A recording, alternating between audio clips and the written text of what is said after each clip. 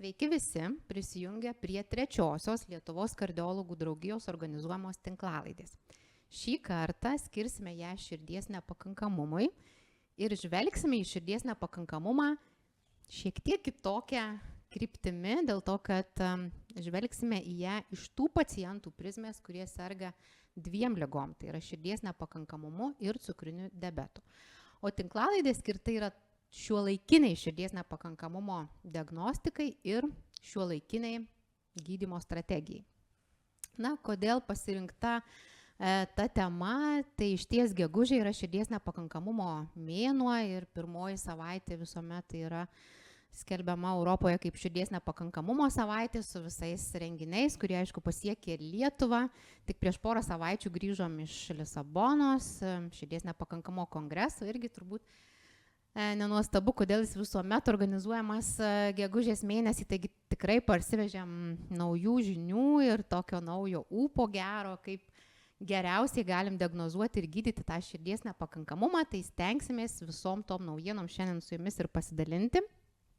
Ir pirmiausiai pristatau save, tai esu Kauno klinikų kardiologijos klinikos gydytoja kardiologė, docentė Eglė Rumbinaitė. Ir man iš tiesų labai pasisekė, kad šiandien su manimi puikios ekspertės, kardiologės ir endokrinologės. Visur yra akcentuojamas, kad tas specialybinis, tarp specialybinis bendradarbiavimas vyktų, tik tokiu būdu mes galim geriausiai pasirūpinti mūsų pacientais. Taigi, pristatau šiandien su manimi Kauno klinikų širdies nepakankamumo ir ydų skyriaus vadovė profesorė Gintarė Šakalytė. Sveiki. Taip pat Kauno ligoninės direktorė medicinai, širdies nepakankamo darbo grupės vadovė, gydytoja kardiologė profesorė Diana Žaliadonytė. Na ir Kauno klinikų endokrinologijos klinikos puikios gydytojos endokrinologės, tai yra ambulatorinio skyriaus vadovė profesorė Džilda Veličkienė ir diabetologijos sektoriaus vadovė, medicinos mokslų daktarė Diana Šimonienė.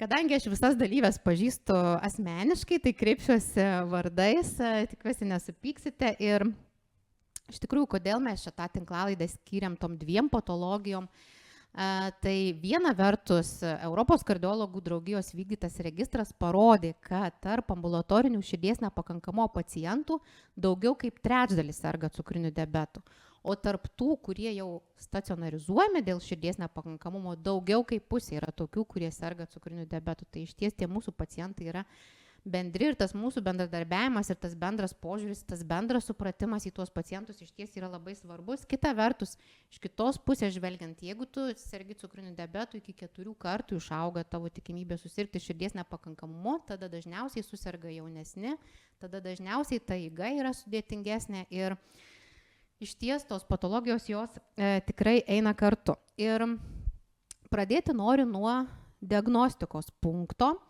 Ir pirmiausiai kreipsiuosi į profesorę Gintarę, kviesdama ją visgi pasakyti tą šiuolaikinės diagnostikos strategiją, kadangi mes puikiai žinom, kad širdies nepakankamumas yra tie du pagrindiniai fenotipai, tai yra širdies nepakankamumas su sumažėjusia išstumio frakcija ir širdies nepakankamumas su išsaugota. Tai pradėsim nuo tų sumažėjusios išstumio frakcijos širdies nepakankamo pacientų. Kasgi čia yra svarbu šeimos gydytojui, kas svarbu kardiologui ir turbūt ir kas svarbu ir endokrinologui, kai įtariam ir norim nustatyti tą širdies nepakankamumą. Dėkui Eglė už pristatymą ir už idėją kalbėti apie širdies nepakankamumą ir manau, kad tai yra tema, kuri susilaukia ir susilauks daug dėmesio, nes pacientų turime išties daug. Dalis pacientų atvyksta dėl anksčiau nenustatyto ir jau dabar esančio lėtinio paūmėjusio širdies nepakankamumo, neretai atvyksta sunkios būklės, dėl to paciento diagnostika ir ypač ankstyva diagnostika, manau, yra labai svarbi. Na, pradėsiu nuo labai banalaus dalyko, kad didžiumą dalį diagnostikos diagnostinių elementų pacientas pasako pats. Tai yra ligos simptomai ir požymiai, arba skundai ir tai, ką mes pamatome pirmo vizito metu. Tai pirmiausia, pacientas turi kažkuo skųstis. Širdies nepakankamumu sergantis pacientas skundžiasi dusuliu, sumažėjusią fizinio krūvio toleranciją, kartais naktiniu dusuliu priverčiančiu sėdėti naktį, greitų svorio augimu. Ir jeigu svoris padidėja keliais kilogramais per savaitę, tai tiek privalgyti negalime. Manau, kad tai yra visiems suprantama, bet ne visi pagalvojame, kad tie 2 arba 3 papildomi kilogramai per kelias dienas tai yra skysčių sankaupa. Pacientai skundžiasi ir kojų tinimu, veržimiu po dešiniu šonkauliu, ką sąlygoja kepenų didėjimas, bendrų silpnumų, darbingumo sumažėjimu ir nueinamas atstumas, kurį galėdavo įveikti prieš keletą mėnesių, vėlgi drastiškai mažėja. Ir jeigu turime tokį pacientą, kuris išsako tokius simptomus, visada reikia pagalvoti, kad galbūt pacientui jau anksčiau sirgusiam viena ar kita širdies liga, tai galėjo būti arterinė hipertenzija, aterosklerotinė liga, ritmo sutrikimai, jau pradėjo vystyti širdies nepakankamumas. Ir iš tiesų Lietuvoje mes turime puikias sąlygas, ypač šeimos gydytojams, anksti nustatyti širdies nepakankamumą. Ir jeigu tie simptomai ir požymiai yra, arba jūs galvojate, kad jie yra panašus į tuos, kurios sukelia širdies nepakankamumas, tai ištirti natriuretinius peptidus yra ir galimybė, ir būtinumas. Maža to yra tam tikra pagalbinė priemonė primenanti apie tokius pacientus ir duomenis registruojant FOXų sistemoje, jeigu tie skundai yra pažymimi, iš karto iššoka nuoroda ištirkite natriuretinius peptidus. Kodėl tas yra svarbu? Dėl to, kad simptomai ir požymiai plus natriuretiniai peptidai yra tai, ką mes turėtume pirmiausia atlikti, turėti preliminarią širdies nepakankamumo diagnozę ir jau tada galvoti, kuriai širdies nepakankamumo pacientų grupiai tas pacientas priklausys. Tai yra, kokia jo kairio skilvelio funkcija, jinai gali būti išlikusi gera, nedaug sumažėjusi arba reikšmingai sumažėjus. O žinias arba tyrimo rodmenis, kurie atsakys į tą klausimą, kokia ta kairio skilvelio funkcija, aišku, atsakys kardiologas, atlikdamas širdies echoskopiją ir tada priskirdamas pacientą vienai arba kitai grupiai. Kodėl tas priskirimas svarbus? Dėl to, kad nuo to priklauso paciento gydymas ir dalinai prognozė, nors šioje vietoje aš vėlgi galėčiau ir diskutuoti, nes atrodytų, jog pacientai, kurių išstumio frakcija išlieka gera, turėtų būti geresnės eigos pacientai, bet kada mes žiūrime epidemiologinius tyrimus, tai tie pacientai taip pat yra rizikingi patekti į ligoninę ir greičiau numirti, ir tie skaičiai yra labai artimi tiem pacientam, kurių išstumio frakcija sumažėjusi. Taigi, reziumuojant diagnostinius elementus, atkreipčiau dėmesį į simptomus, požymius, padidėjusius natriuretinius peptidus ir aišku širdies echoskopiją. Dar vienas momentas, kurio nėra toje schemoje, kuri nupaišyta Europos kardiologų gairėse diagnostikos skyriuje, tai pacientas aišku turi sirgti vieną ar kitą širdies ligą. Nes širdies nepakankamumas tai yra komplikacija bet kurios širdies ligos. Dažniausiai tai yra arterinė hipertenzija, pakankamai dažnai yra aterosklerotinė liga ir buvę ūmūs koronariniai sindromai, tačiau neretai yra ir ritmo sutrikimai, o savo ligoninėje, tai yra Lietuvos sveikatos mokslo universiteto ligoninėje Kauno klinikose, mes turime labai daug pacientų, kuriems širdies nepakankamumą sąlygojo retos ligos. Ir dėl to ta detali paciento diagnostika yra labai svarbi, nes net ir retoms ligoms, tokioms kaip tarkime amiloidozė arba Fabry liga, mes taip pat galime taikyti jau specialų įgydymą, kuris labai pagerina pacientų prognozę šalia to įprasto širdies nepakankamumo gydymo. Apie ką dar norėčiau pakalbėti, tai manau, kad apie natriuretinius peptidus reikėtų kalbėti detaliau, nes tai yra naujas tyrimas ypač šeimos gydytojams ir tai yra tai, ką jie gali atlikti gerus metus, nes iki tol tai buvo kardiologų dispozicijų esamas tyrimas. Šiai dienai šeimos gydytojams tas tyrimas yra apmokamas. Natriuretiniai peptidai gali keistis nuo įvairių situacijų. Jeigu pacientas vyresnis, jo natriuretiniai peptidai bus didesni. Jeigu pacientas nutukęs, vėlgi didins natriuretinių peptidų kiekį. Jeigu yra lėtinė inkstų liga, taip pat keisis tie skaičiai. Natriuretiniai peptidai didėja esant ūmiem koronariniam sindromam. Taigi tų priežasčių yra labai daug, kurie keičia natriuretinius peptidus, dėl to nereikėtų visada sakyti, kad tai yra tik dėl širdies nepakankamumo. Tačiau jeigu mes turime natriuretinius peptidus, tai yra NT-proBNP tyrimą mažesnį negu 300, tai širdies nepakankamumo diagnozė yra mažai tikėtina. Toliau, sakyčiau, dar vienas elementas, į kurį reikia atkreipti dėmesį, tai yra amžius. Jeigu pacientas yra iki 50 ir jo natriuretiniai peptidai yra didesni negu 4,5 NT-proBNP tyrimas, tada vėlgi mes galim sakyti, kad tas širdies nepakankamumas tikėtinas arba labai galimas. Kai tuo tarpu vyresniem pacientam, tarkime virš 75, net ir 1000 neretai būna tinkamas skaičius, o jau tokį tikrą širdies nepakankamumą mes nustatytume, kada yra 1800. Tai yra čia jau žinios iš paskutinio širdies nepakankamumo kongreso Lisabonoje, kuriame buvo labai įdomi paskaita, teko būti ir Eglei, ir Dianai, mes kartu diskutavom, kad tą lentelę tikriausiai turėtume gal net ir pridėti prie šios paskaitos anonso arba paskaitoje, nes visos kitos priežastys yra svarbios, bet jos niveliuoja amžius. Ir tas NT-proBNP paskirstimas pagal amžių yra labai svarbus, nes laboratorija mums parašo vieną skaičių, kas yra norma, kas yra patologija. Lygiai taip pat kaip su MTL. Ateina pacientai ir sako, mano MTL geras. Aš sakau, taip, jeigu jisai būtų man, tai jisai būtų geras, tačiau jums jis yra kitoks. Su natriuretiniais peptidais yra lygiai taip pat. Jeigu mes turim 50 metį, jo skaičiai yra vieni, jeigu turim vyresnį pacientą, jo skaičiai yra kiti.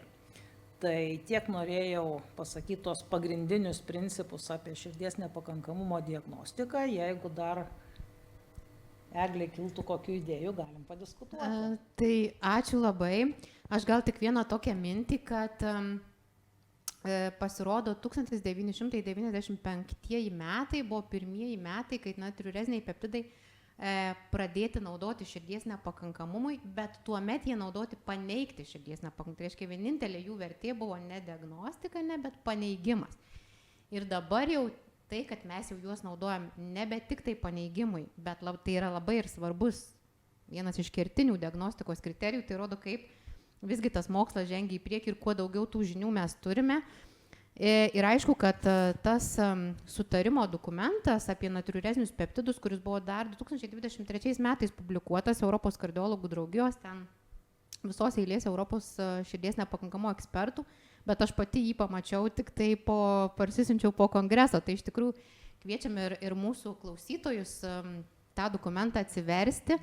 O mes savo ruoštų galim pažadėti, kad mūsų Facebook puslapyje Lietuvos kardiologų draugijoje tas minėtas profesorės 3 lenteles, kurios iš ties parodo, kad amžius yra labai svarbus ir kita vertus labai svarbu, ar visgi mes tą pacientą konsultuojame kaip drėgną pacientą priėmimo skyriui, ar mes jį konsultuojam kaip jau sausą pacientą poliklinikoje. Tai vėlgi tos vertės yra šiek tiek skirtingos, tai jas tikrai pateiksim ir pasidalinsim, bet dar dabar noriu kalbėti apie tai, kad visgi tą sumažėjusios funkcijos, sumažėjusios išstumio frakcijos širdies nepakankamą, man atrodo, diagnozuoti yra ganėtinai paprasta. Ne? Jeigu mes atliekam širdies echokardiografinį tyrimą jau kardiologai ir matom tą sumažėjusią išstumio frakciją, čia kaip ir tų klausimų nebelieka, bet yra didžioji ta populiacija, didžioji imtis, kurios irgi, kaip profesorė minėjo, ta prognozija nėra nieko geresnė, o kartais gali būti ir blogesnė, lyginant su ta sumažėjusią išstumio frakciją, tai yra tie išsaugotos funkcijos širdies nepakankamumai. Visgi apie jų tą diagnostiką dar profesorės Dianos labai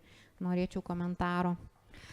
Tai man irgi toks jausmas yra, kad pacientų, kurie turi, kuriem galėtumėm įtarti širdies nepakankamą su išsaugota kairės skilvelio išstūmimo frakcija, diagnostika šiek tiek sunkesnė. Ir kongrese irgi vienas iš lektorių, kai pradėjo paskaitą apie būtent širdies nepakankamą su išsaugota kairės skilvelio išstūmimo frakcijas, pradėjo rodydama skaidrę, kurie buvo šiek tiek vyresnio amžiaus moters nuotrauka. Ta moteris turinti nutukimą, tokį ne visai saikų, sakykime, didesnį. Ir jisai sako, ir greičiausiai šita moteris turi arba gliukozės apykaitos sutrikimą, arba jinai serga cukriniu diabetu.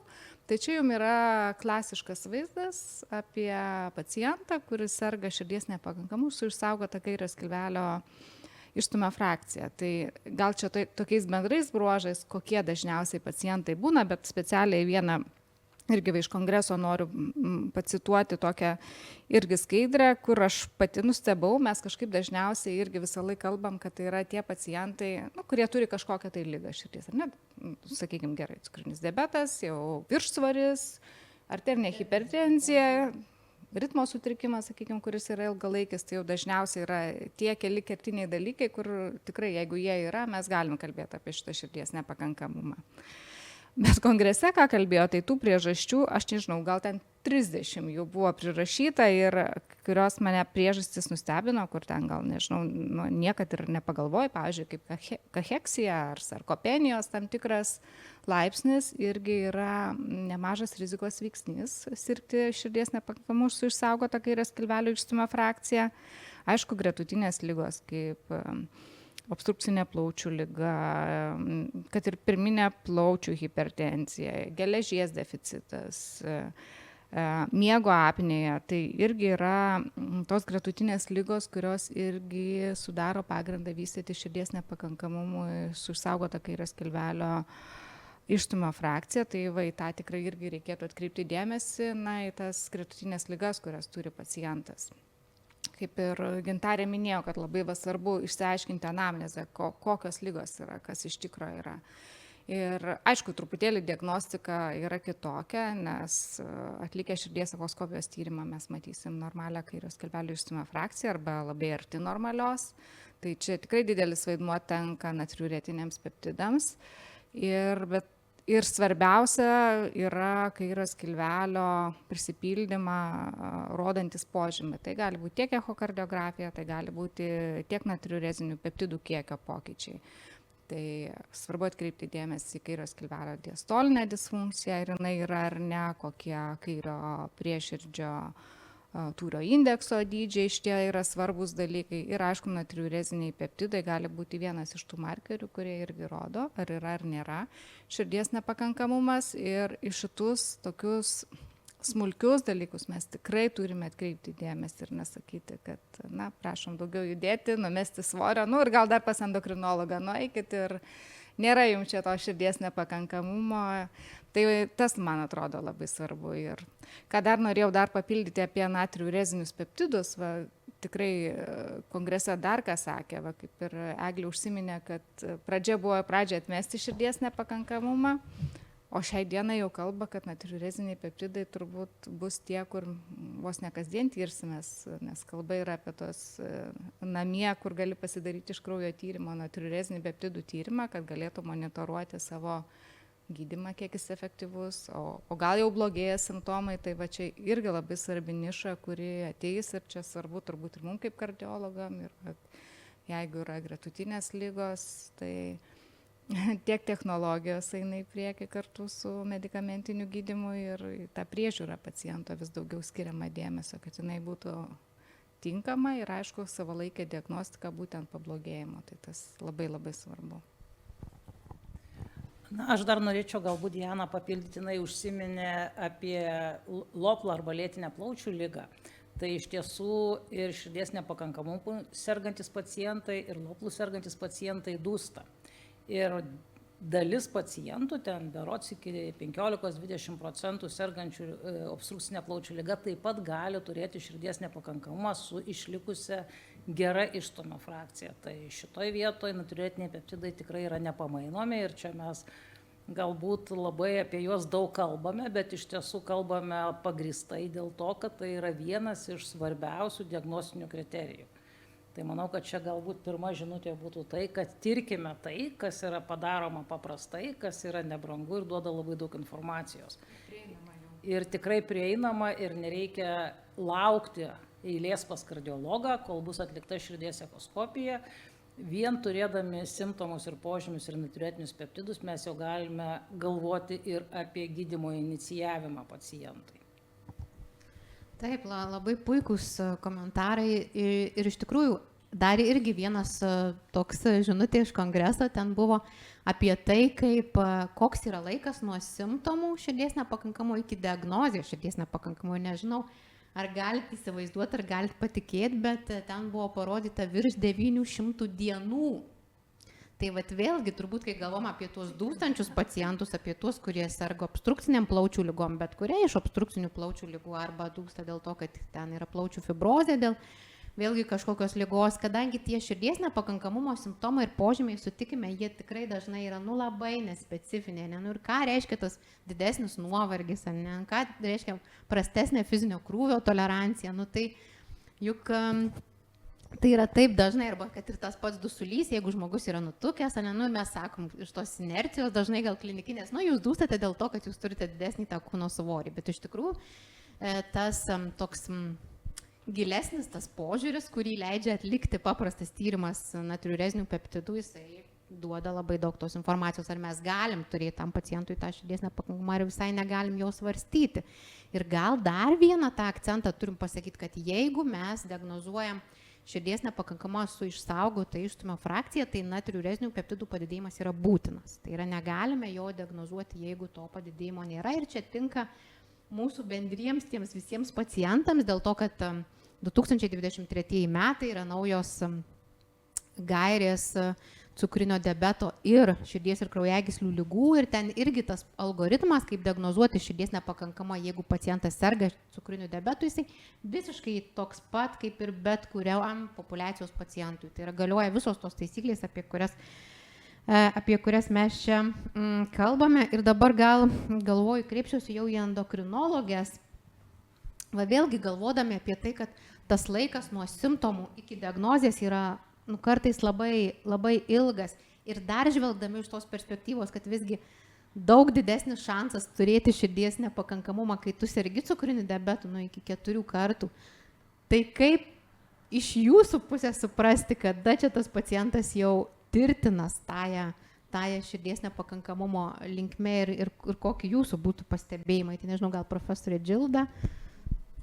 Tai pirmiausia, aš labai dėkoju už pakvietimą mūsų, nes manau, kad mes turim labai daug bendrų sąlyčio taškų, įskaitant ir širdies nepakankamumą. Ir turim būti turbūt sąžiningi ir prisipažinti, kad endokrinologai apie širdies nepakankamumą pradėjo daugiau kalbėti, galvoti, mąstyti kaip apie tam tikrą cukrinio diabeto komplikaciją, atsiradus tam tikrom vaistų klasėm, kurios pradėjo daryti įtaką. Bet taip pat reikia labai suprasti, kad šitos dvi ligos taip persipinusios, jos toks užburtas ratas, kad cukrinis diabetas skatina širdies nepakankamumo vystymąsi, kita vertus širdies nepakankamumas taip pat skatina cukrinio diabeto vystymąsi, nes tai yra kaip lėtinis stresas ar nedidėja atsparumas insulinui ir taip toliau. Tuo labiau medikamentai, kuriuos jūs gydote širdies nepakankamumą ir kuriuos mes turim cukrinio diabeto gydymui, daro įtaką šitų dviejų būklių vertinimui. Nu, kalbant apie tai, ką mes turėtume įtarti, ar ne? Tai kaip gražiai docentė Eglė pasakė, kad diabetu sergantieji, dar aš gal kalbėsiu apie labiau antro tipo cukrinį diabetą, Diana gal truputėlį labiau palies pirmo tipo cukrinių diabetų sergančiųjų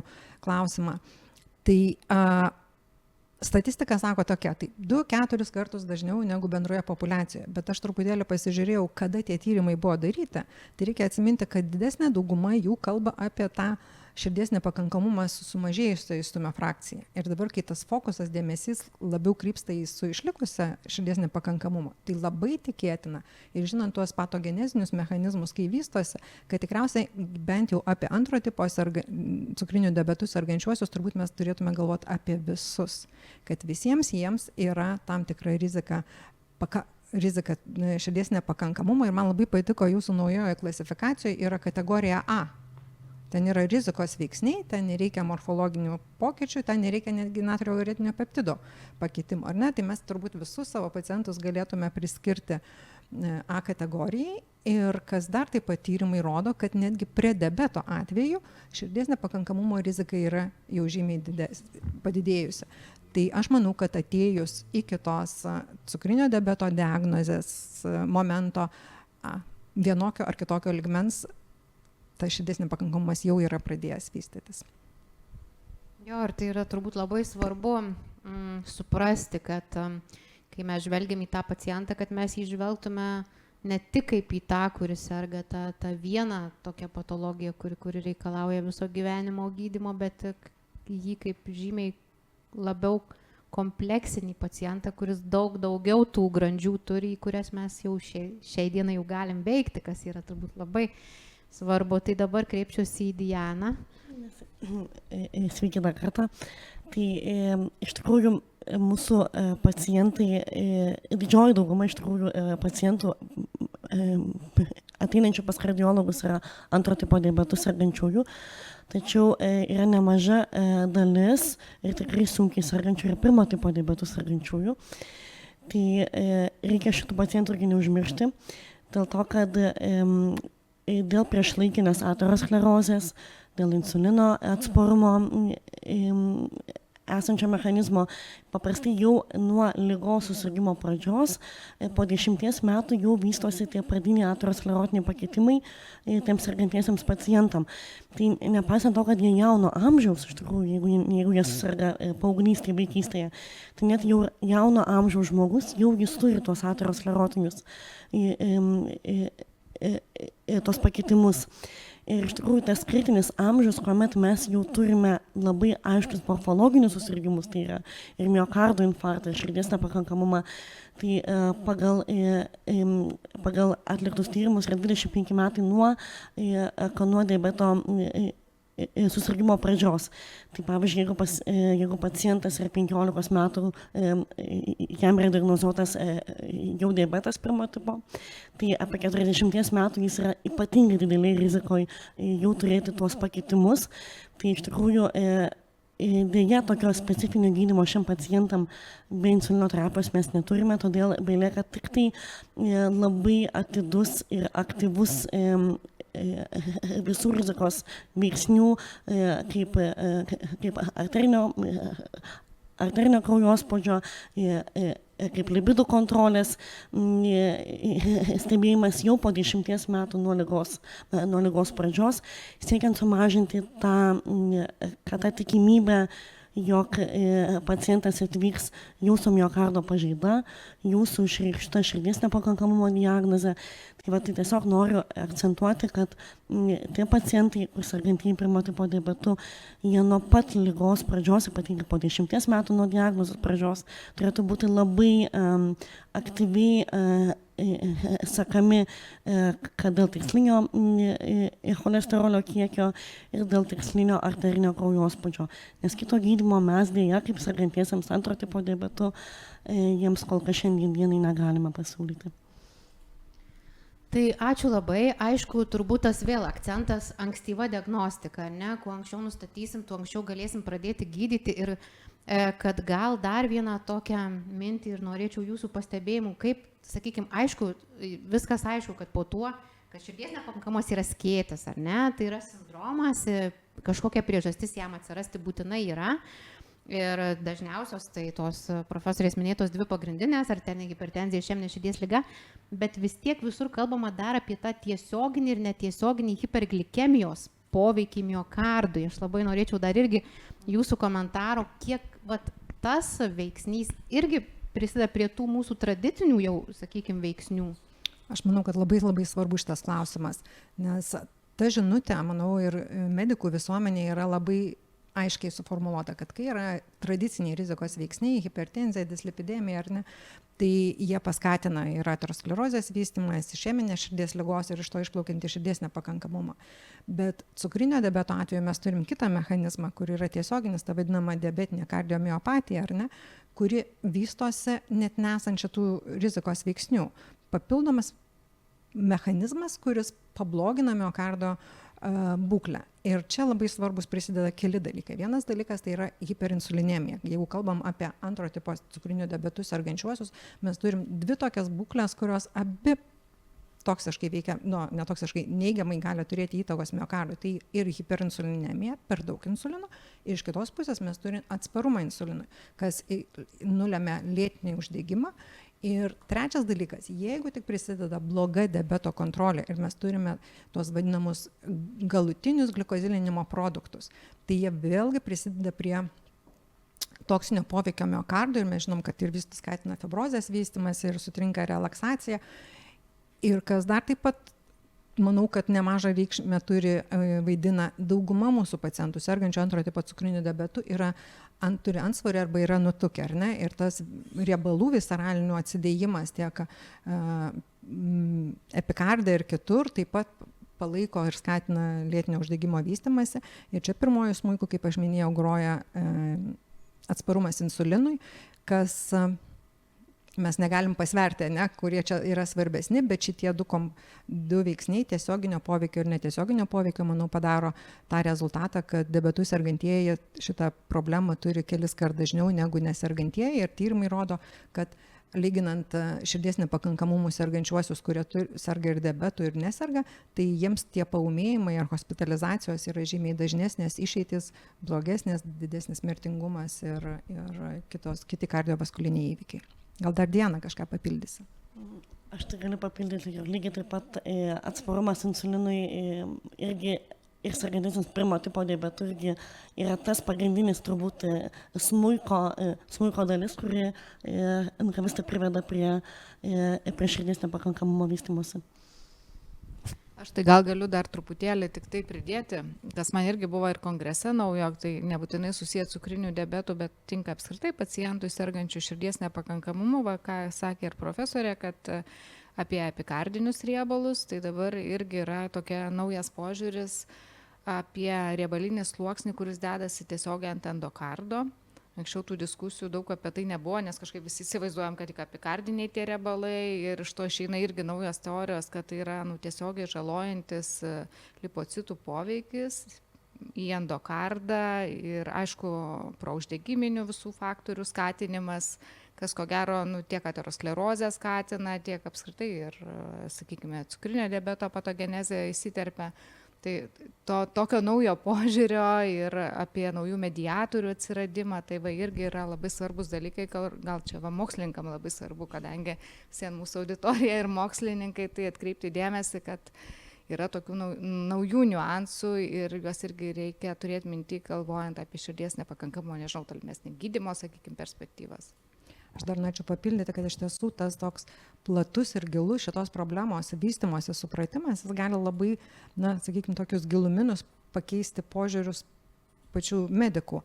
Ir vienas iš jų, tai apie ką dabar endokrinologai kalba, bet aš manau, kad dar labiau ir kardiologai, tai yra, ką miokardas naudoja kaip energetinę medžiagą, ar ne? Nes jeigu paprastai gali naudoti gliukozę per piruvatą ir taip toliau, tai vystant atsparumą insulinui, riebiosios rūgštys gali tapti vienu iš energetinių šaltinių, o įsijungus mūsų naujiesiams vaistams SGLT2 klasės inhibitoriams, dar atsiranda kalba apie ketoninių kūnų kaip energetinės medžiagos naudojimą. Tai supratimas, kas tą miokardę vyksta, man yra labai įdomus ir aš manau visiems, kas šitoj srity dirba, gilinimasis, kodėl ir kaip tas vyksta, tiesiog gali pakeisti mūsų sprendimus ir paieškas moksliniuose tyrimuose. Iš tikrųjų yra labai įdomu ir čia visiems labai įdomu, nes ir Europos kardiologų draugija, berods, man atrodo, tik šiemet pirmą kartą tą ir klasifikaciją pateikė, kuris skyrė perivaskulinius riebalus, parakardinius riebalus ir apie tai tikrai mokslas tikrai kalba ir tų atsakymų ieško ir tikiu, kad artimiausi dešimtmečiai tuos atsakymus suras, o tada baigiam diagnostikos dalį ir pereinam prie dar įdomesnės, man atrodo, ir gal net ir dar svarbesnės, nors turbūt viskas yra svarbu, nes svarbu ir nustatyti, svarbu ir toliau nustačius gydyti. Ir pirmiausiai aptarsim širdies nepakankamumo su sumažėjusia išstumio frakcija gydymo strategiją, remdamiesi tiesiog vienu tokiu paprastu pavyzdžiu. Pacientas mūsų 63 metų vyras stacionarizuojamas į širdies nepakankamumo skyrių dėl lėtinio paūmėjusio širdies nepakankamumo.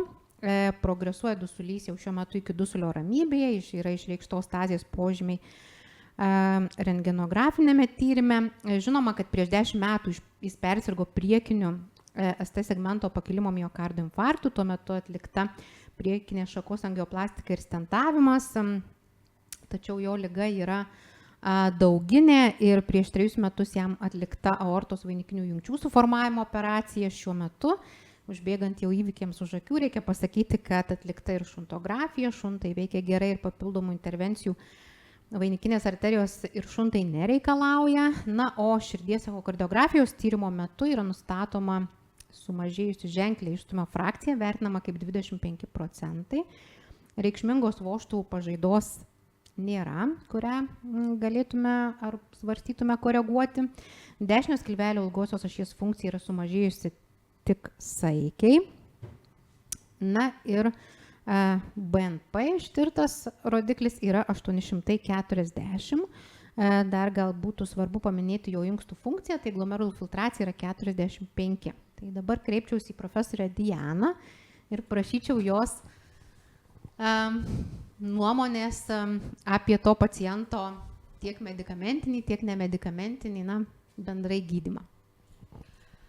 Tai jo, tokių pacientų gydymas tikrai turi būti labai platus ir Eglė jau pasakė ir nemedikamentinį gydymą, tai ko gero čia galėtumėm dar kelias valandas kalbėti, ar ne, jeigu išsiplėstumėm.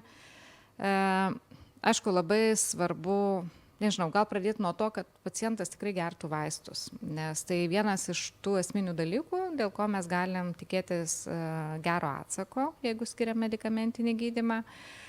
Antras dalykas, neskirti vaistų, kurie galėtų kažkaip neigiamai įtakoti. Jų tikrai nėra daug, tai yra kai kurie antiaritminiai vaistai, nesteroidiniai vaistai nuo uždegimo, jeigu jie geriami ypatingai dideliais kiekiais. Tai tikrai yra nedaug tų vaistų, kurių negalima. Turim paskatinti, aišku, savo pacientus sveikai gyventi, kiek įmanoma judėti. Kai kurie pacientai tikrai mūsų yra labai sunkus, tai bent tiesiog minimalų tą judesį, kiek gali žmogus, tiek ir rekomenduojama judėti. Aišku, skiepai tai yra privaloma nuo pneumokoko kas 5 metus, nuo gripo skiepytis kas kiekvieną sezoną. Tai yra tie privalomi dalykai, kurie įeina. Aišku, stengiamės pacientus, turim stengtis išmokyti, kaip reguliuoti skysčių balansą, nes tai yra vienas iš tų dalykų, kas irgi svarbu būtent sergant, esant sumažėjusiai kairės skilvelio išstumio frakcijai ir kaip ne per daug ir kaip ne per mažai tų skysčių vartoti, kaip įsivertinti savo diurezę, ką valgyti, ko nevalgyti, tokie elementarūs dalykai yra labai svarbus, juos mūsų pacientus gali to išmokyti širdies nepakankamumo slaugytojas, jeigu pacientui tai pasisekė, kad jis pateko į širdies nepakankamumo kabinetą, nes dėja dar ne kiekvienam šiom dienom tai išeina, yra galimybės ten patekti. Tai gal tokios nemedikamentinio gydymo pagrindiniai dalykai, o kalbant apie medikamentinį gydymą, tai yra labai svarbu mums kaip gydytojams supras, kokia yra etiologija širdies nepakankamumo, tą mokomus ir gairės, kad labai svarbu vertinti etiologinį komponentą ir šis pacientas mūsų išeminė širdies liga sergantis, tai taip jau yra dauguma, tai yra klasika.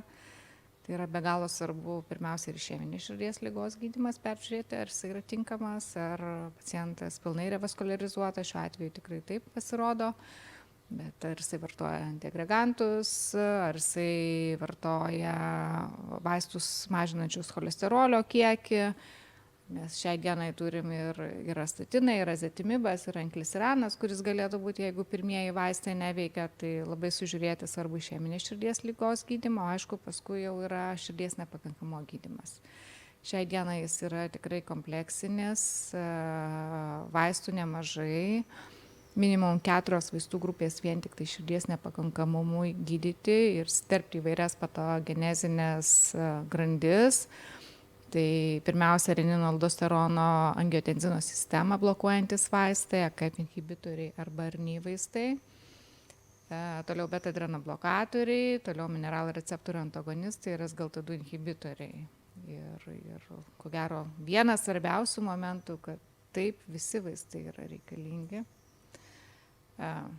turbūt nuo gal gydytojo patyrimo ir nuo paciento kiekvieno individualios būklės priklauso, kaip staigiai, ar iškart nuo pirmos dienos visus 4 paskirsim, ar per savaitę, ar per mėnesį, bet svarbiausia taisyklė atsiminti, kad vaistų titravimas ir maksimaliai toleruojamų dozių paskirimas pacientui turėtų būti ganėtinai greitas, per 40 dienų, tokios yra rekomendacijos. Turėtume į tai orientuotis ir tai siekti, kiek tas kliniškai įmanoma, irgi labai priklauso nuo paciento ir čia ko gero galim kalbėti apie personalizuotą mediciną. Tai šių visų vaistų skirimas, inicijavimas yra vienas esminių dalykų, kad mes sėkmingai galėtumėm gydyti širdies nepakankamumu sergantį pacientą. Aš gal čia norėčiau įsikišti, ar ne? Mes pirmoji daly kalbėjom, kad tokiem pacientams cukrinio diabeto rizika didesnė. Ir čia labai toks svarbus momentas būtų truputėlį stabtelėti, nes va tokiam pacientui, jeigu jūs pradėtumėt, suskirtumėt visas 4 vaistų klases ir nežinotume, ar jam yra cukrinis diabetas, jis galėtų truputėlį prarasti to cukrinio diabeto priežiūros. Ir kur dar yra šioks toks, taip mes iš siuntimų jaučiam, nesusikalbėjimas tarp endokrinologų ir kardiologų, tai yra, kad skirtingos šalis, kartais Europos ir ypač Amerikoje, cukrinio diabeto diagnozė. Tai Lietuvoje pagal galiojančius teisės aktus mes diagnozuoti galim tik tai pagal gliukozės tolerancijos testą. Gliukozilintas hemoglobinas nėra pripažinta priemonė diagnostikai, jis yra skirtas cukrinio diabeto kompensacijai, gydymo efektyvumui įvertinti. Tai tokiam pacientui, kaip šituo atveju, iš tiesų tiek prieš paskiriant SGLT2 inhibitorius, tiek AKF-us, reikėtų kažkaip surasti momentą ir padaryti tą gliukozės tolerancijos testą įsitikinimui, kad tikrai ten nėra cukrinio diabeto. Nes, kaip žinia, SGLT2 inhibitoriai pakeis cukrinio diabeto riziką ir AKF inhibitoriai taip pat, gerai žinia turbūt taip, kad jeigu jūs gydote ir jau tikrai žinot, kad nėra to cukrinio diabeto, tai jūsų skiriamas gydymas tą riziką paskui mažina ir cukrinio diabeto, bet čia reikėtų, kad tas būtų neužmirsta ir padaryta. Ir dar ko gero irgi labai svarbus dar vienas dalykas, tai yra kitos ligos ir jau šitas mūsų pacientas, kurį pasakė Eglė, tai irgi yra klasika, turi ir inkstų funkcijos nepakankamumą, lėtinę inkstų ligą. Tai tas irgi įtakoja, kaip mums sėkmingai pavyks tas 4 vaistų grupės, ar ne, jau iš karto klausimas apie mineralų receptorių antagonistus, jeigu tai yra ženklesnės lėtinės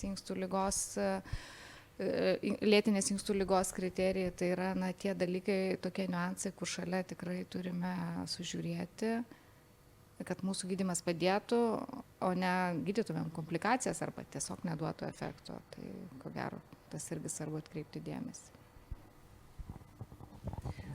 Aš gal pratęsiu Dianos mintį ir grįšiu prie to paciento, apie kurį kalbėjo Eglė. Tai pacientas nėra naujas, jisai jau 10 metų sergantis. Tai tikėtina, kad dalis vaistų, kurie tinka gydyti širdies nepakankamumui, jau turėjo būti paskirti. Ir aš galvoju, kad jisai tikrai turėjo būti gydomas, tarkime, beta blokatoriais ir AKF inhibitoriais. Abejotina, ar jam buvo paskirta mineralų receptorių antagonistai ir SGLT2 inhibitoriai, nes tai su aterosklerotinė liga tiesiogiai nelabai susiję, nors jeigu žiūrėti tyrimus, tai vyksta tyrimai, kur pacientams sergantiems ūminiu miokardo infarktu skiriami SGLT2 inhibitoriai ir manau, kad tie duomenys irgi bus labai įdomus. Tai jeigu pasižiūrėsime į šį pacientą, tai jisai dalinai buvo gydytas ir širdies nepakankamumas.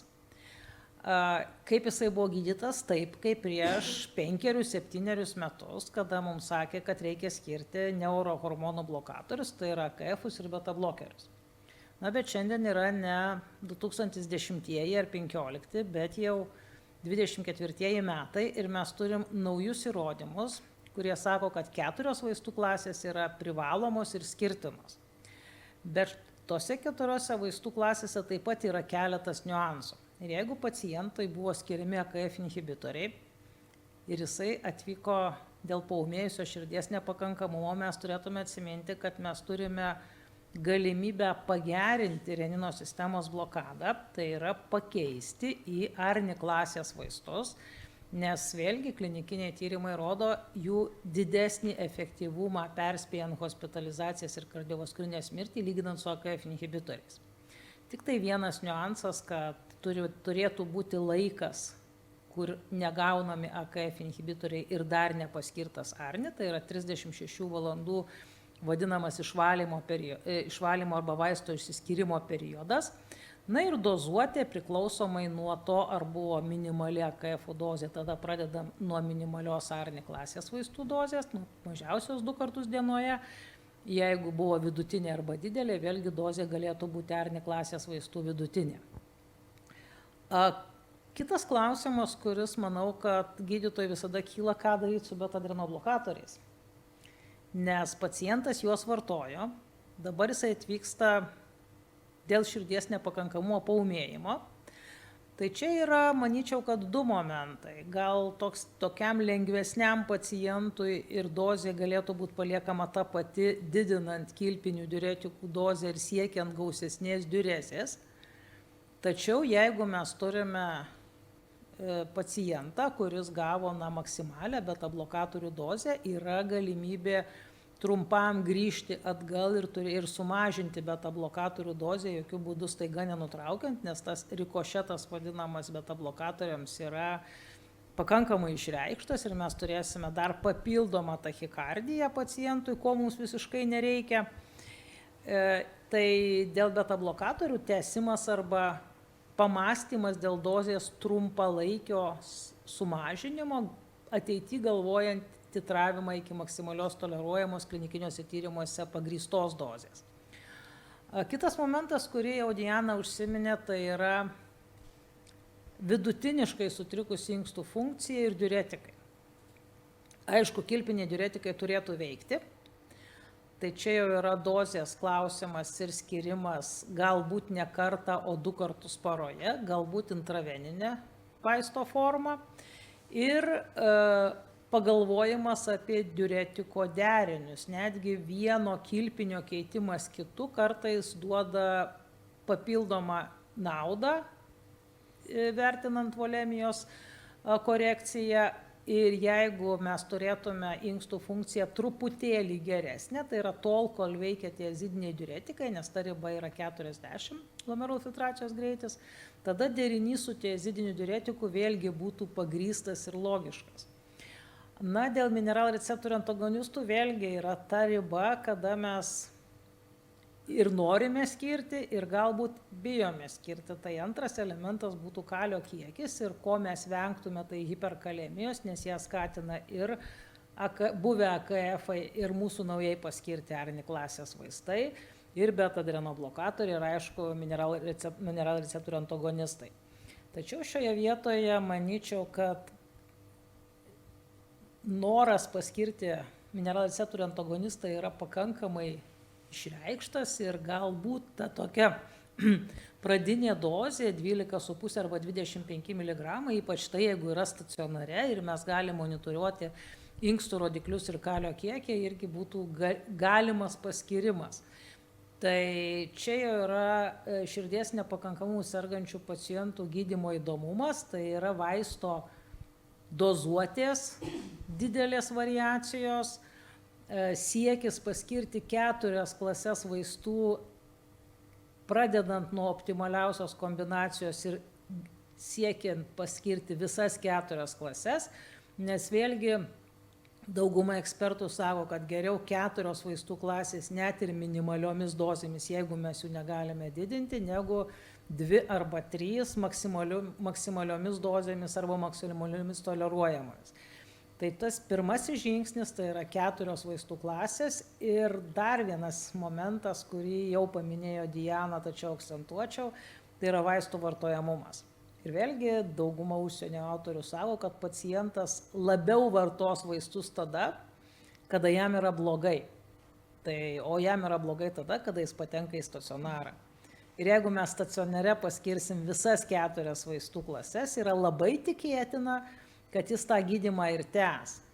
Skirtingai nuo to, jeigu mes paskirsime, tarkime, 2 vaistų klases, o po to ambulatorijoje arba kardiologas ar šeimos gydytojas sakys, žinot, dar tau čia 3 vaistų klasė arba 4 yra naudinga. Tai pacientas pagalvos, Stacionarė man neskyrė, man tada buvo labai blogai, man paskyrė 2 arba 3 vaistų klases, ar man reikia tos 4. Nes kiekvieną tabletą pacientai skaičiuoja ir kuo jų yra daugiau, tada jie pradeda rinktis reikalingus vaistus ir nereikalingus. Tai manau, kad taip pat žinutė mūsų būtų, kad stacionare dirbantis gydytojai neišleistų paciento iš stacionaro sergančio širdies nepakankamumu, nepaskyrę bent jau visų 4 pagrindinių vaistų klasių. Tai yra ARNI klasė arba KFA. Beta blokatoriai, SGLT2 inhibitoriai ir mineralreceptorių antagonistai. Aš dar norėčiau pridėti apie SGLT2 inhibitorius, kad mes irgi turėtume informuoti pacientus, kad šitie vaistai didina šlapimo takų infekcijos riziką, kad dėl savo naudos labai būna gaila iš tikrųjų, kad kartais pacientai negali to vaisto vartoti. Tai mes kaip endokrinologai tiesiog prašom skysčių daugiau vartoti, kad labiau higienos laikytis, kad vien tam, kad būtų galima tą vaistą tikrai vartoti, optimaliai vartoti. Ir aš dar reikia neužmiršti, yra tokia tikrai labai reta komplikacija, tai yra euglykeminė ketoacidozė, kurią sukelia SGLT2 inhibitoriai. Tai irgi reikia turėti omenyje, kad tai yra labai reta, bet jinai irgi galima, irgi, kad pacientas būtų informuotas, kad jeigu staiga pablogės būklė, kad čia daugiau kalba apie sergančiuosius diabetų jau, kad jie turėtų įsivertinti cukraus kiekį ir ketonus esant reikalui, kad ir važiuoti priėmimą. O dėl inkstų funkcijos tai yra labai gera žinia su SGLT2 inhibitoriais, kad iš tikrųjų inkstų nepakankamumas tai nėra tas stabdis šitam vaistui, kad galima skirti iki GFG yra 20, kalbu apie empaglifloziną, apie DAPA 25. Tai irgi yra tikrai puikiai klasė, kuriai inkstų funkcijos nepakankamumas nėra tas toks labai apribojimas šitoje vietoje. Čia galbūt ne apribojimas, o būtinybė skirti.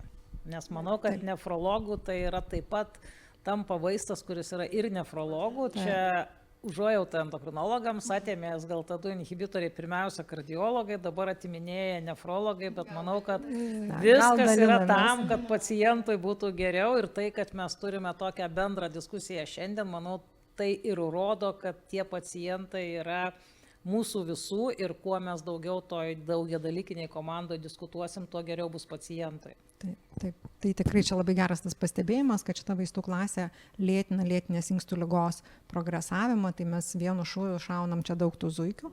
Tik aš gal ką atkreipsiu dėmesį dėl tos, ką užsiminė Diana apie euglykeminę ketoacidozę, tai ne tiek pacientas jis galėtų žinot, bet ir mums medikų visuomenė, ypač tie, kas dirba priėmimo skyriuose, turėtų atkreipti dėmesį, kad jeigu yra vaistų sąraše šita vaistų klasė ir pacientas serga cukriniu diabetu, būtina pagalvoti apie tuos ketonus, nes paprastai ketonai yra tiriami tada, kai randama labai aukšta hiperglikemija, 10, 13, 15 ir taip toliau. Bet jeigu randa glikemiją 7, tai labai dar nėra įprasta praktika pagalvoti, kad čia galėtų būti ir ketonai. Tai šitas momentas ir ką aš manau dar yra neįspręstas klausimas, bet norėčiau, kadangi čia diskutuojam ir auditorijoje galbūt yra daugiau kardiologų, atkreipti dėmesį dėl sergančiųjų 1 tipo cukriniu diabetu.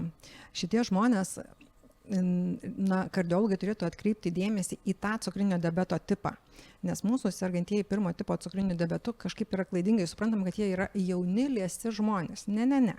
Jie dabar 80, 70, 90 metų ir jie neprimena tų klasikinių, kaip studentai išmoksta, kad 1 tipo jis atrodo būtent taip.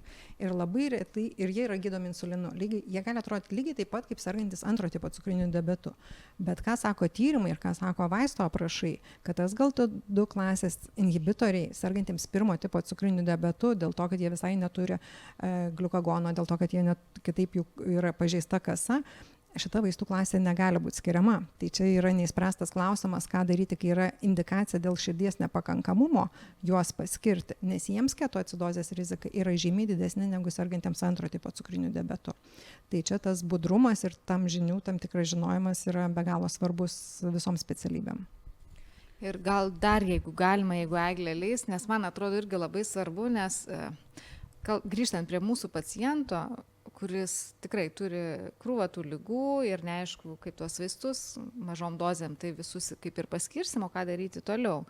Tai tikrai noriu pakviesti kolegas nepamiršti, kad po stacionarizavimo dėl širdies nepakankamumo mūsų pacientas kaip ir turi indikaciją patekti specializuotai širdies nepakankamumo gydytojo ir slaugytojo paslaugai. Tai daugiau mažiau jinai yra prieinama visur Lietuvoje, tai tik kviečiu nepamiršti, ypatingai kai turim tokius kompleksinius pacientus, nes tikrai dalį jų laikė 4 tų konsultacijų tikrai keliauja pirmyn atgal pas mus ir pas endokrinologus ir labai ačiū, kad pavyksta juos nusiųsti greitai ir gauti atsakymus, nes tai tikrai irgi labai svarbu sudėlioti mūsų pacientui tą gydymą, kur jau jis galės saugiai grįžti pas šeimos gydytoją ir šeimos gydytojų neskaudės galvos, kaip ką daryti iki, nenorėčiau sakyti, kad sekančio paūmėjimo, bet tiesiog to sekančio vizito, kai reikės vėl pas kardiologą. Tai ačiū labai. Man turbūt lieka užduotis viską apibendrinti. Tai aš galvoju, kad svarbiausia, aišku, tai turbūt yra tai, ar pacientas suvartos tą vaistą, nes mes čia viską galim padaryti tobulai, bet jeigu to vartojamumo nėra, tai tikrai turbūt tai yra esmė ir tas paskyrimas tada, kai blogiausia, nes tikrai tada daugiausiai šansų, kad to mūsų režimo sudėtingo pakankamai, nes čia tai ne hipertenzija, kad derinius paskyrė ir viską apėmė, o čia nesudėsiu tų, bent jau šiuo metu, tų 4 klasių į 2 tabletes arba į 1. Tai tas yra labai svarbu, reiškia 4 vaistai per 4 savaitės, jeigu tik neturime absoliučių kontraindikacijų ir titravimas ir dar kartą titravimas, jis yra labai svarbus, o įrodymai aiškiai rodo, kad jeigu mes paskirsim 4 klases, tai efektą turėsim žymiai geresnį ir prognozę paciento turėsim žymiai geresnę, lyginant su tai, kad paskirsim bet kurias 2 klases, sakykime, tam pacientui. Dar gal vieną tokį klausimą apie diuretikus, kadangi diuretikai tai nėra ta etiopatogenezinio gydymo grandis, bet tai yra labai svarbi grandis tam drėgnam pacientui, tam, kuris atvyksta su širdies nepakankamumo paūmėjimu. Ir man atrodo, ir kongrese dabar diuretikai išgyvena tam tikrą renesansą, nes ir klinikiniai tyrimai, kurie, diuretikai sukurti daugiau kaip prieš 50 metų, ar ne, tie patys, lyg ir niekas čia nepasikeičia, bet dabar daroma vis irgi tų tyrimų ir apie tai, kaip diuretikų deriniai turi būti skiriami ir apie tuos dar naujus diuretikus, kurių mes dar neturim. Gal dar nors labai trumpą mintį profesorė Gintarė. Aš gal pradėsiu nuo kito pranešimo, kur mes kartu su Egle klausėm ir sakėm, va taip reikėtų jau mums pradėti daryti, tai banalus dalykas, kas buvo padaryta vienoje klinikoje, tai yra tyriama natrio ekskrecija. Tai yra paprasta, jie tą darė tirdami juostelę ir pagal tai, kiek natrio yra išskiriama, buvo dozuojamas diuretikas. Nes kur yra mūsų problema, kad mes diuretiką net ir stacionare dažniau paskiriam per mažai negu per daug. O jau namuose pacientas pirmą vaistą, kuris numeta, tai yra diuretikas, nes jam tai sukelia nepatogumą. Jis negali išeiti, nes dažnesnis šlapinimasis jam atrodo, kad tai yra minusas, nors sergant širdies nepakankamumu tai yra būtinybė koreguoti skysčių balansą ir jeigu jis yra hipervolemiškas, tai tą skystį reikia pašalinti. Tai tas tyrimas natrio ekskrecijos man labai patiko ir mes sakėm, kad reikėtų pabandyti kažkaip įdėti į mūsų praktiką, aišku, tai yra papildomos lėšos, tačiau tai, kad pagal tai galėtų diuretiką dozuoti slaugytoje, tai būtų, manau, kad gydytojui palengvinimas ir pacientui didelė pagalba, nes dažnai mes pacientą išleidžiam dar su nepakankamu diuretikų poveikiu.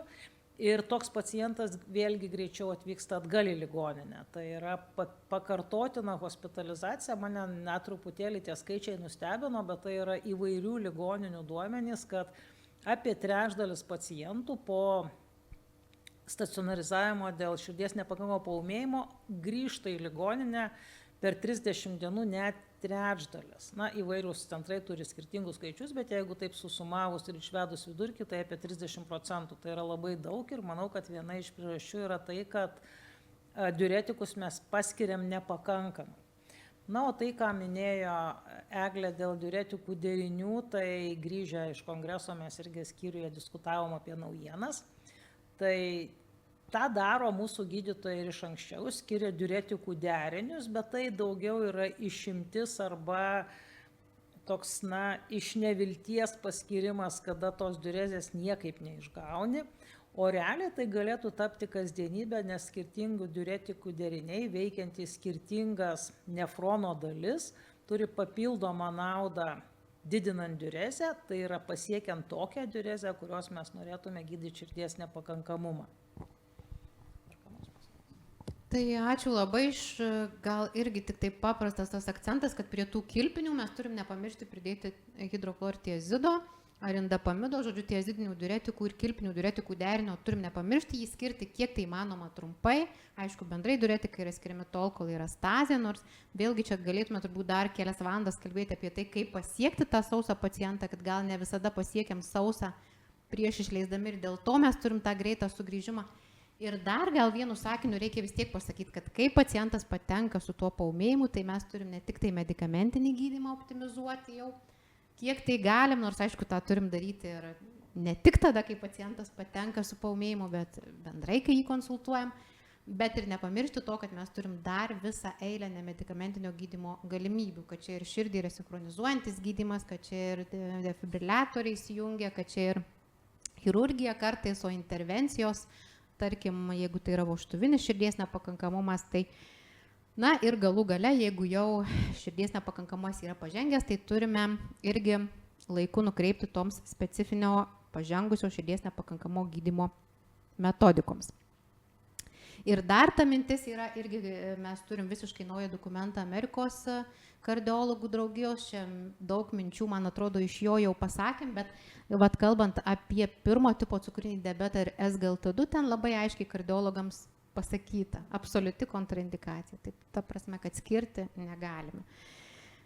Gerai, ženkim toliau ir trečioji mūsų ir paskutinė situacija, tai yra tas širdies nepakankamumas, kai išstumio frakcija yra išsaugota. Taigi moteris, kuris serga 57 metų, serga arterinė hipertenzija, pirminė, ir antro tipo cukriniu diabetu. Yra nutukusi, jai yra diagnozuota dislipidemija, jai atlikta daugiasluoksnė kompiuterinė tomografija, vainikinių arterijų stenozės yra iki 50%. Išstumio frakcija yra 50%, plus yra patvirtinta, atkreipiu dėmesį, patvirtinta struktūrinė kairiojo skilvelio pažaida, dėl to mes tikrai sakom, kad pacientė serga ir širdies nepakankamumu su išsaugota išstumio frakcija. Mes turime BNP padidėjimą, kuris atitiktų kriterijus ir siekia 190, dešinio skilvelio funkcija yra išsaugota, o jos glikuotas hemoglobinas yra 9% ir kreipsiuosi pirmiausiai į endokrinologus. Žinau, kuri gal profesorė Džilda, kaip reikėtų jai gydyti tą cukrinį diabetą, jeigu įsivaizduokime, kad jinai jau gydoma metforminu ir mes turime tokį tikslinį glikuotą hemoglobiną nepasiektą. Tai iš tiesų, čia net klausimas nekyla, ne? Jeigu mes turim glikozilintą hemoglobiną 9, tai diabetas yra labai dekompensuotas ir jis labai blogina bet kurios širdies kraujagyslių ligos progresavimą, įskaitant ir širdies nepakankamumą, ir faktas, kad mes turim pasiekti tą glikozilintą hemoglobiną žymiai mažesnį. Vidutinį daugumą atvejų kalbam apie 7 ir mažesnis. Atskirais atvejais, jeigu yra kitos būklės, mes galim parinkti tikslinį glikozilintą hemoglobiną individualizuotai, priklausomai taip pat labai nuo to, kas yra mūsų gydymo arsenale, tai yra, ar yra vaistai, kurie didina hipoglikemijos riziką, ar jų nėra. Tačiau aš dar norėčiau atkreipti dėmesį, kas turbūt mes nuo 2018 metų endokrinologai esam visiškai pakeitę savo požiūrį ir nuo to gliukocentrinio požiūrio, kai mes kreipiam dėmesį tik tai glikemijos kontrolę, mes dabar kalbam apie tą būtent širdies kraujagyslių ligos mažinimo dalyką ir dabartinis Lietuvoje galiojantis kompensuojamaisiais vaistais gydymo algoritmas antro tipo cukriniu diabetu sergančiųjų, jisai sako, kad mes gydymą, net jeigu čia būtų glikozilintas hemoglobinas 7, mes jau kištumėmės ir galėtume koreguoti. Bet jūsų klausimas buvo apie tai, kaip reikėtų keisti gydymą, tai metforminas, neužfiksavau, kokia dozė čia buvo skiriamas, bet yra puikus vaistas ir jis turėtų išlikti. Mes turbūt pasižiūrėtume, ar jo dozė yra pakankama, ar mes ją galim priklausomai nuo inkstų funkcijos, čia irgi neužfiksavau, koks yra glomerulfiltracijos greitis šitai pacientai, tai mes įsitikintume šito vaisto dozės, ar jinai yra tinkama, ir kitas gydymas, tikriausiai žiūrėtume, ką mes galim paskirti. Dabar mes labai grubiai, endokrinologai neleis pameluoti, kad sakom, žiūrim, kur pacientas yra kairėje mūsų algoritmo pusėje ar dešinėje mūsų algoritmo pusėje, labai ieškodami galimybių, kad jis atsidurtų kairėje algoritmo pusėje. Tai reiškia, kad mes antruoju vaistu galėtume paskirti tas naujasias vaistų klases, kurios turi daug pridėtinių verčių. Tai yra SGLT2 inhibitorius arba GLP-1 receptoriaus analogus. Tai peržiūrėjus šitą situaciją, mes čia matome, kad jai buvo stenozės parašyta iki 50%, ar ne, įstumio frakcija irgi daugiau negu 50, ir ieškotume situacijos, galbūt jie yra kairio skilvelio hipertrofija. Nes šito atveju, jeigu pacientas yra daugiau negu 55 metų, turi kairio skilvelio hipertrofiją arba stenozės daugiau negu 50%, mes tada galėtume priskirti kairiai pusiai ir, kaip aš minėjau, rinktis iš šitų medikamentų vaistų klasių. Jeigu šitų dalykų nerastume, mes tikriausiai eitume pagal dešinėje pusę ir antro pasirinkimo vaistų galėtų būti sulfanilkarbamidai, arba atskirais atvejais dar pasižiūrėtume, kokios jos yra glikemijos, galbūt trumpalaikė insulino terapija, bet šituo atveju turbūt diskutuotina. Ir jeigu jūs man duotumėte atsakymą, kaip su jos kairio skilvelio hipertrofijos laipsniu. Tai yra. Yra, ar ne? Tai mes tada turim puikias galimybės ir šičia mes galėtume rinktis tiek iš GLP-1 receptorių analogus, liktai yra kūno masės indeksas didelis, yra nutukusi, mes galėtume tikėtis čia ir gero stipraus poveikio glikemiją mažinančio efekto ir poveikiai į svorį ir taip pat rizikos mažėjimas, ir galėtume rinktis iš SGLT2 inhibitorių.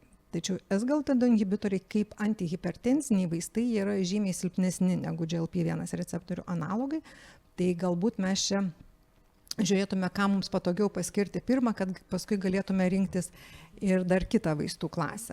Na, o kalbant apie GLP-1 receptoriaus analogus ir širdies nepakankamumą, tai jie metaanalizės rodo, kad bendrai šita vaistų klasė nežymiai, maždaug apie 10% gali sumažinti hospitalizacijos dėl širdies nepakankamumo riziką. Tai tokie būtų pasirinkimai.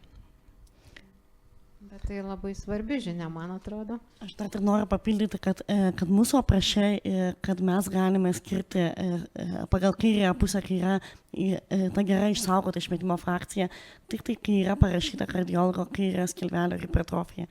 Kad kairio skilvelio persitvarkymas geometrinis arba ten sustorėjimas, mums tokie dalykai netinka. Ir dažnai būna, kad mes turime pakartotinai pacientą nukreipti kardiologui su įrašu, ar tikrai nėra tos hipertrofijos. Tiesiog čia, kad toks labai paprastas dalykas, bet mums tas iš tikrųjų tik leidžia tokiu atveju paskirti šitą vaistą. Ir noriu to pačiu reabilituoti ir metforminą, kaip sakė profesorė, puikus vaistas. Iš tikrųjų, apskritai diabetas yra lėtai progresuojanti liga ir taip tikėtis, kad su vienu vaistu tu startuosi ir nugyvensi savo gyvenimą, tai taip nebus, kaip ir kardiologinės ligos, nes kaip sakom, kaip tortas vis dedamas sluoksnis, dedamas vaistas, taip ir diabeto atveju. Tai ir metforminas išlieka to pirmojo pasirinkimo vaistų visose pasaulio šalyse ir visose gyrėse, kadangi jisai turi net ir įrodytą naudą ir širdies nepakankamumui, nes iš tikrųjų turi tų labai daug tokių teigiamų mechanizmų, kurie mažina ir atsparumą insulinui, ir tą sisteminį uždegiminį atsaką, ir veikia oksidazės reduktazės sistemą, ir kolageno akumuliaciją mažinant. Iš tikrųjų, tas vaistas turėtų išlikti, kol inkstų funkcija yra pakankamai gera, tai tas metforminas turėtų būti visą laiką tęsiamas ir neatsisakoma to vaisto ir dedamos kitos klasės. Nu, dabar iš kitos pusės, kaip gydyti šitos pacientės tada širdies nepakankamumą su tai išsaugota frakcija. Na, pratęsant kolegų endokrinologų pasiūlymus, tai mums labiau patiktų SGLT2 inhibitoriai. Bet jeigu mes kalbėtume, tarkim, 2018, netgi 2021, kada buvo pristatytos šios naujosios gairės, tai mes neturėtume jokios galimybės kažką labai specifinio paskirti, nes visose gairėse buvo rašyta galima paskirti ARNI klasės vaistus arba AKF-us, galima paskirti beta blokatorius, galima paskirti mineralreceptorių antagonistus ir galima paskirti SGLT2 inhibitorius.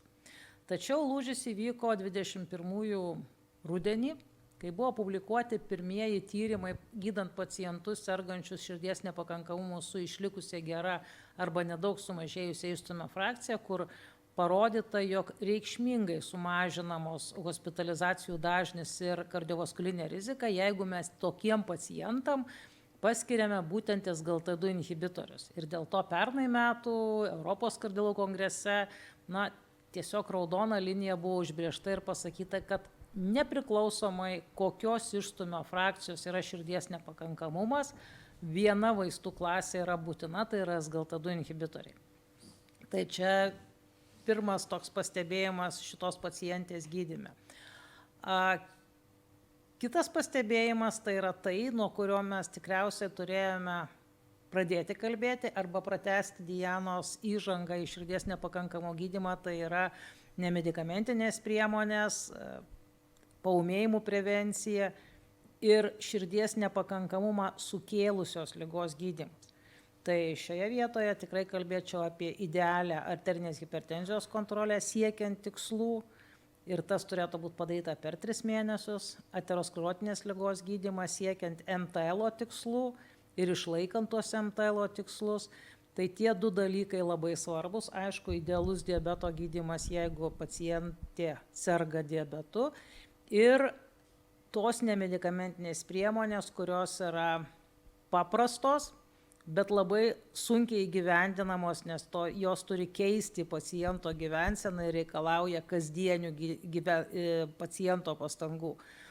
Sunku išgerti tabletes, nes reikia atsiminti, bet tai yra minutės reikalas.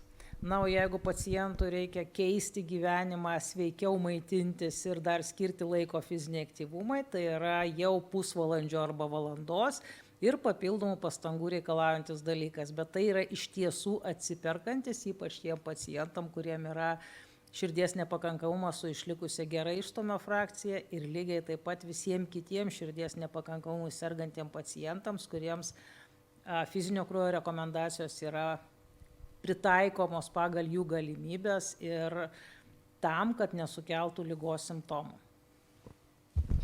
Gal tik Gintarė man paliko vieną dalyką papildyti, kad dar vienas vaistas, be SGLT2 inhibitorio, tai irgi turi absoliučius įrodymus, tai yra diuretikas, jeigu jis reikalingas. Ta prasme, jeigu žmogus yra sutinęs, jeigu yra stazės požymiai, tai tikrai drąsiai skiriame diuretiką, bet tik tiek, kiek reikia, tol, kol pacientas turi simptomus, kol tikrai akivaizdžiai matom stazės simptomus ir paskui gali būti, kad visai jo nereikės ir dėl to nereikia jaudinti, šitą vaistą galima nutraukti, kai jo nebereikia.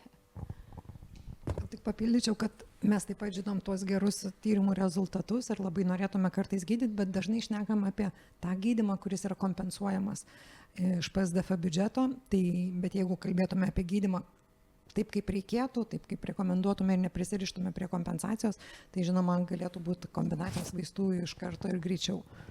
Dėl kompensacijos aš manau, kad mes kartais labai ją akcentuojamės.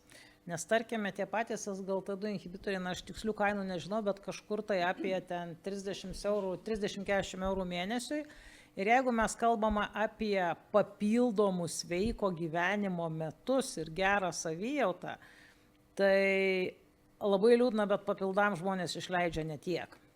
Arba dar visokiam kitokiam dalykam, kurie neturi jokios sąsajos su sveikata.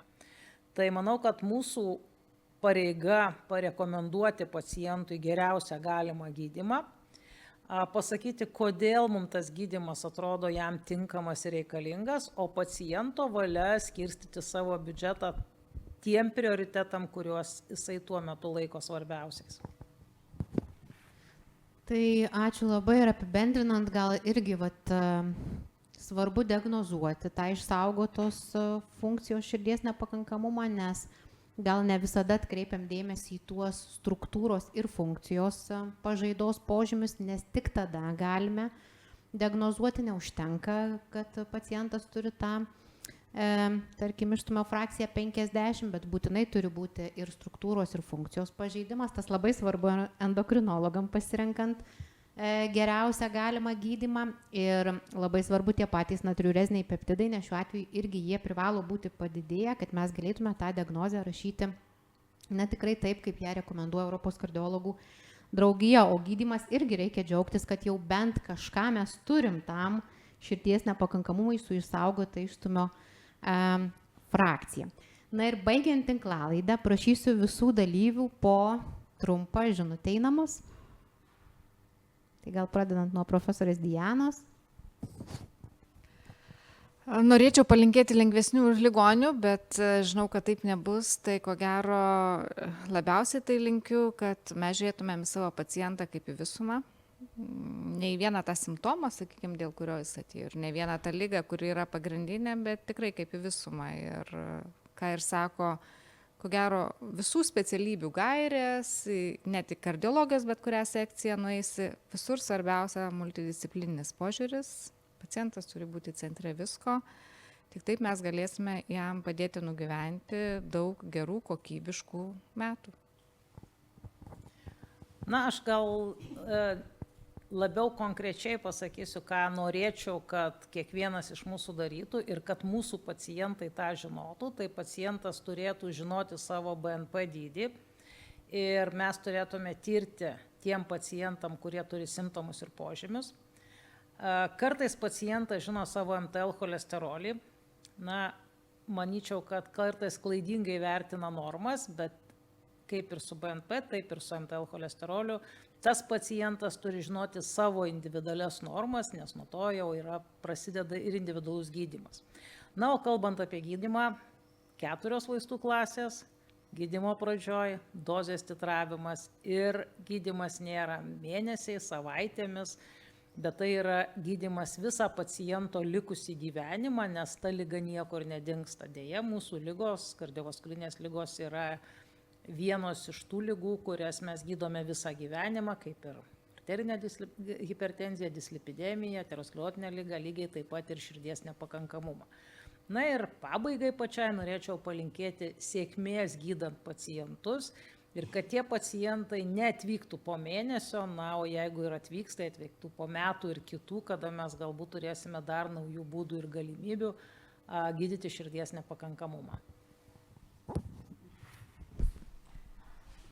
Aš labai trumpai irgi tiesiog užakcentuosiu tą savo pradinę mintį apie sergančiuosius pirmo tipo diabetu, kad vis tik tai tie pacientai, kad ir jauni, jie taip pat yra jau didelės rizikos ir apskritai tiek širdies ligas, tiek diabetas, jie tie patys rizikos veiksniai, tai yra ir nutukimas, gyvenimo būdo, nepakankamas aktyvumas, rūkymas, dislipidemija, tai visi šitie veiksnių mažinimai, tas nemedikamentinis gydymo metodas irgi vienas yra tikrai labai labai svarbus tiek širdies ligom, tiek sergantiesiems, tiek kad ir glikemijų mažinimo tame rezultate. Na, o džiaugtis reikia tuo, kad medicina, kad daro nebe žingsniukus, o šuoliuoja šuoliais pirmin. Tai tikrai manau, kad ateityje mes tikrai galėsime džiaugtis dar